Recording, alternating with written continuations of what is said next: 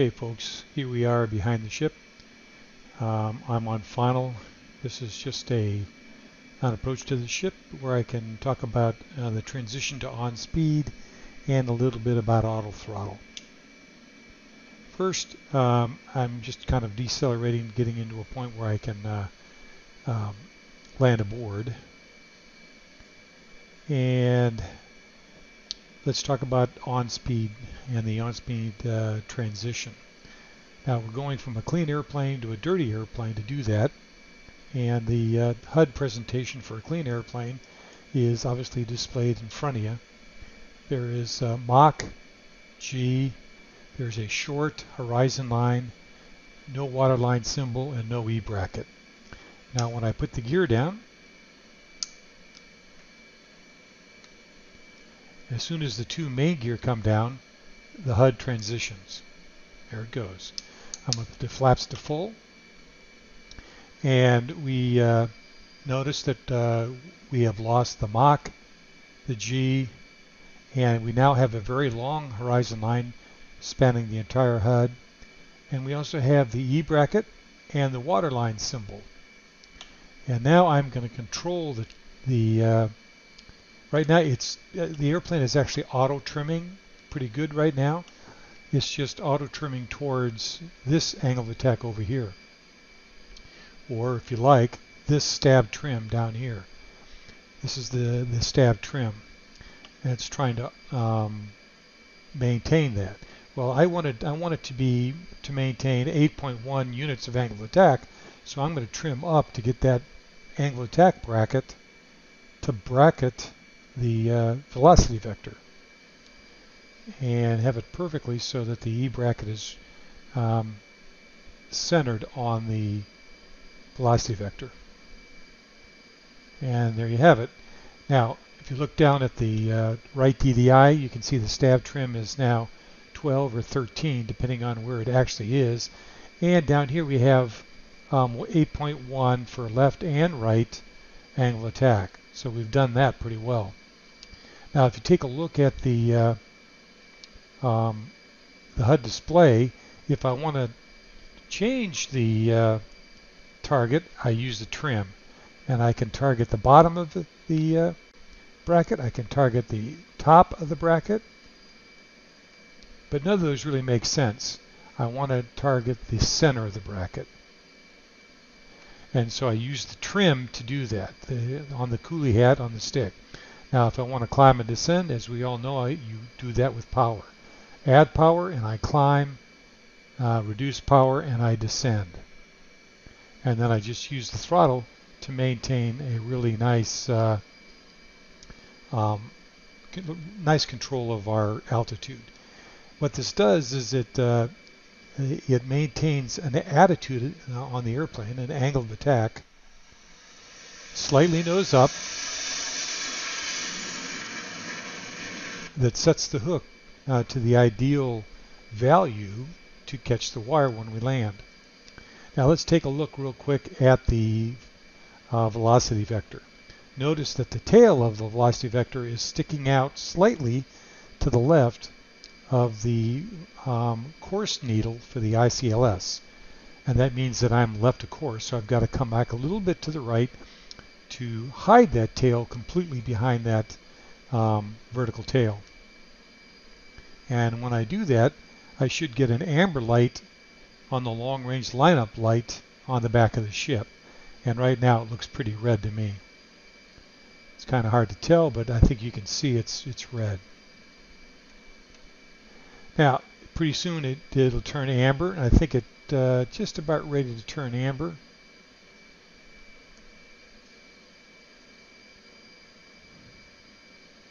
And there, it's got to go. There it is. There's amber. Okay. Okay, so I could turn back a little bit towards the ship because I know the winds are right down the deck. So it's not going to move a whole lot. But I do want to keep it a little bit to the right of the ship just because of ship movement. Now, we're at, the next thing I'd like to talk about is auto throttle. So as soon as I get everything real stable, I'm going to turn on the auto throttle and transition to flying altitude with my nose. which has been a no-no all along. Now it's going to cycle a little bit here until I get smooth and it settles down. Just get smooth. Now I want to go down a couple hundred feet to get down to 1,200 feet. I want to be there hopefully by 3 miles because that's the tip over point. So let's just get down there. Notice that the angle attack bracket is always trying to trim to that optimum value or to the target value I've set. It's a little less precise because my right hand is a little less precise.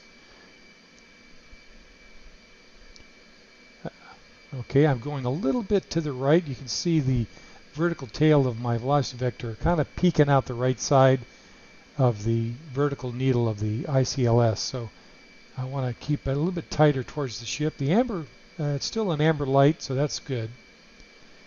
Okay, I'm a little bit too low now, so let's climb back up to 1,200 feet.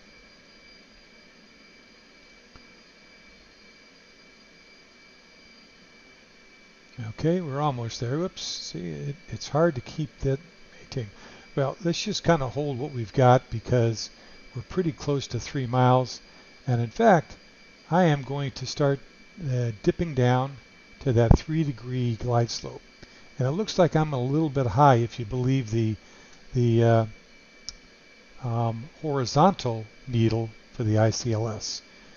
And let's just verify that by taking a look at our gouge, which at 2 miles, I should be at 800 feet. And we'll see how that turns out. And I'm going to work my way down just a bit because I do think I am a little bit high. The amber, or the lineup light is still amber. That's good. And I've got the velocity vector pretty much over the island.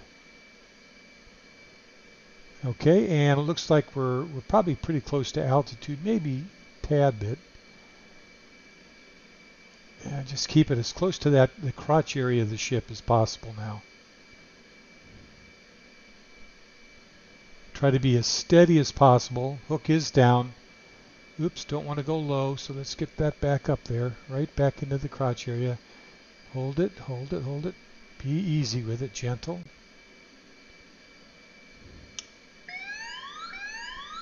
.407 Hornet Ball, 5.1. Roger Ball. Okay, don't want to go low. And it's a little red, so I'm probably a little left of course. I've got to come back right. You can see it peeking out there.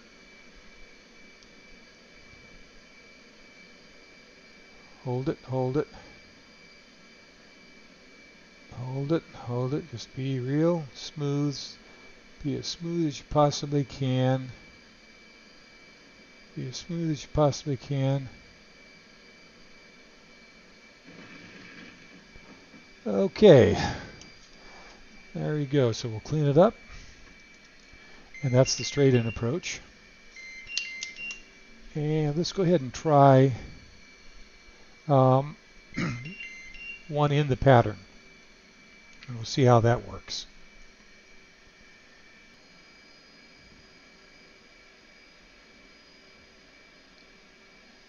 And off we go. Okay, I'm going to turn to 061. I'm going to get the flaps to full, and I'm going to put the hook down.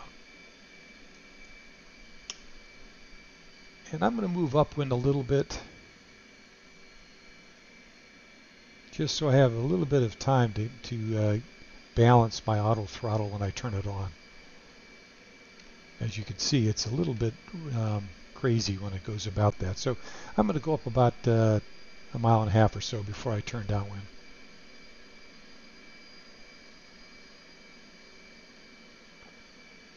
Now, having never done this in the real airplane, I don't know whether,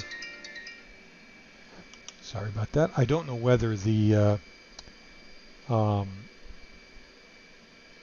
airplane acts exactly like this or not. It does seem a little too sensitive. I'm going to go ahead and cage the velocity vector for the time being as we continue our climb to 600 feet, and we're coming left to the reciprocal of the BRC, which is about 240. Taking a peek.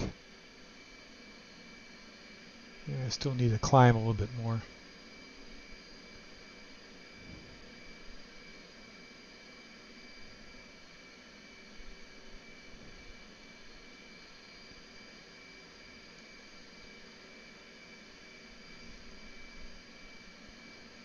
Okay, coming up on 240, taking a peek at the ship. We're almost at 600 feet. There we are at 600 feet, so let's kind of try to hold that. Set it, balance it, and then go ahead and turn on the auto throttle. Try to be as smooth as possible here.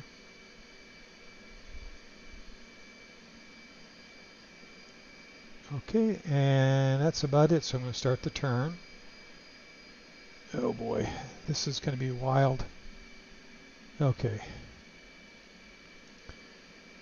Let's get it to little, we want it to settle down. Now the gauge numbers are still the same. At 90, at the 90 I want to be about 500 feet.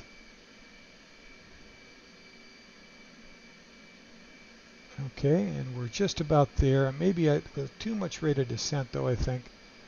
And we'll see, and we may overshoot here, so I'm going to keep the turn coming. Start down, keep it coming down. Not too much. Not too much. Come on, bracket, come back into, I think we're looking pretty good here. Get it back up there, get it back up, that's it, not too much. 407 Hornet ball, 4.4. Roger ball. Oh boy, this is going to be wild. A little bit right of course here.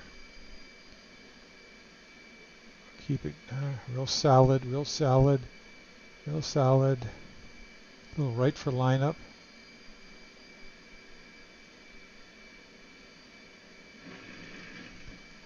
Ooh, there's some guys in the landing area. Okay, well that was interesting.